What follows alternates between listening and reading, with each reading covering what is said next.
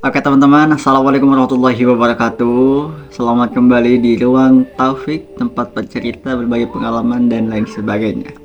Di video kemarin, kita membahas tentang awal mula kejadian sakit di bagian kepala atau di bagian telinga. Nah itu awal mulanya di video kemarin. Kalau belum nonton, silahkan udah nonton ya. Nah ini kita lanjutkan. Jadi waktu itu habis UAS semester 5 dan kembalilah karena kan waktu itu di pondok pesantren. Jadi dari kampus itu saya balik ke pondok. Nah, di pondok itu saya merasa kayak sakit itu terus bertambah gitu. Sampai ingat waktu itu saya ba'da Isya kalau gak salah bareng temen anak kobong itu minta bantuan, minta tolong dipijitin di bagian eh, punggung. Nah, dipijitlah sama anak-anak kobong tuh, dan esok harinya itu saya jauh lebih parah gitu sakitnya teh. Nah, akhirnya minggu memutuskan untuk pulang. Minggu sore saya pulang ke rumah. Nah, ke sini gitu kan. Langsung saya tiduran di ranjang. Dan disitulah orang tua itu menghampiri dan menanyakan bagaimana kondisi atau kabar tentang keadaan. Nah, di situ saya mulai merasakan apa namanya ya, kayak sedih gitu. Sedih, mungkin saya ternyata harus banyak memperhatikan kesehatan juga dibanding yang lain sebagainya gitu kan. Kalau kemarin kan kita fokus hanya kayak mencapai target gitu kan. Kemudian banyaklah pokoknya target-target yang harus dicapai, tapi hampir lupa tentang kesehatan. Nah, itu kesalahan saya tuh waktu itu. Nah, setelahnya di rumah, waktu itu kan saya sakitnya lumayan banget ya, sakit. Bingung gitu kan mau ke rumah sakit. Tutup karena kan hari Minggu. Akhirnya gimana? Akhirnya setelah ngobrol bareng orang tua memutuskan untuk besoknya hari Senin itu kita cari klinik terdekat. Karena klinik sebelumnya itu kayak merasa kalau bahasa Sundanya mah cigah hiluk sakit tetahnya. Jadi acan juga di naon-naon tos disedot deui gitu kan si telinga teh tah.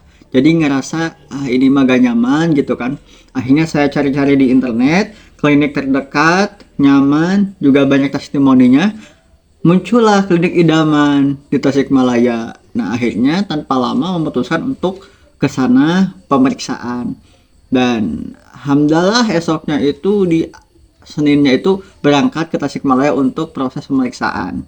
Di situ mulai tahapan-tahapan pendaftaran dengan pelayanan baik dan pokoknya nyaman lah. Di Tasikmalaya ada namanya klinik idaman.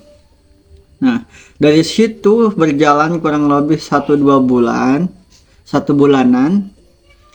Nah, akhirnya dari dokter namanya dokter Gima itu dia menyarankan. Waktu itu kan pernah dulu ke sana ya, pernah ke sana juga. Nah, kemarin-kemarinnya. Terus saya bilang kayak gini, dia bilang kayak gini. Tuh, kamu mah ada tengah gugu katanya. Kenapa emang kalau ngagugu mah gitu kan? Mau terjadi seperti kia. Jadi kan waktu itu sempet kayak bisa lah dikatakan sembuh lagi gitu kan. Tapi karena sayanya egois gitu. Egoisnya kenapa? Egoisnya karena ya pengen kesana kemari gitu.